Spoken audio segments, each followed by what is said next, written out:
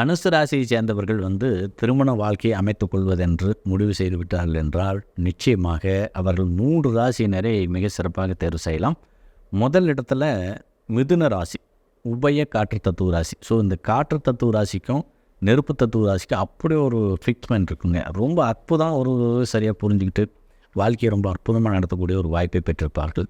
2வது இடத்தில் துலாம் ராசி, தன்னுடைய வாழ்க்கையவே மிகப்பெரிய அற்புதமாக மாற்றிக்கொள்ளக்கூடிய யோகம் இந்த துலாம் ராசியினரை திருமணம் செய்து கொள்ளும் பொழுது இவர்களுக்கு கிடைக்கும். பார்த்திங்கன்னா அந்த அன்பு பாராட்டுதலும் சரி, ஒரு சர்வா புரிஞ்சுக்கிறதும் சரி, பாசம் காட்டுறதுலையும் சரி, கணவன் மனைவி உறவு நிலையை ரொம்ப புனிதமாக போற்றக்கூடிய ஒரு வாய்ப்பும் இந்த துலாம் ராசியினரை திருமணம் செய்து கொள்ளக்கூடிய தனுசு ராசியினருக்கு உண்டு.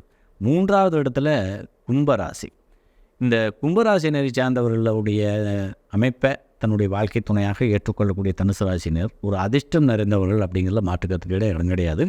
ஏன்னா இந்த திருமணத்துக்கு முன்பு வரை ரொம்ப சிரமப்பட்டுருப்பாங்க. ஆனால் இந்த தனுசு ராசினர் இந்த கும்பராசி சார்ந்த ஆண் பெண் இருபாலரை தனது வாழ்க்கை துணையாக தேர்வு செய்து விட்டால் இவர்களுக்கு அதிர்ஷ்டம் ஓரை பிச்சுட்டு போட்டுற மாதிரி தானே, அந்த மாதிரியான ஒரு தன்மையில் ஒரு நல்ல முன்னேற்றத்தை அனுபவிப்பார்கள்.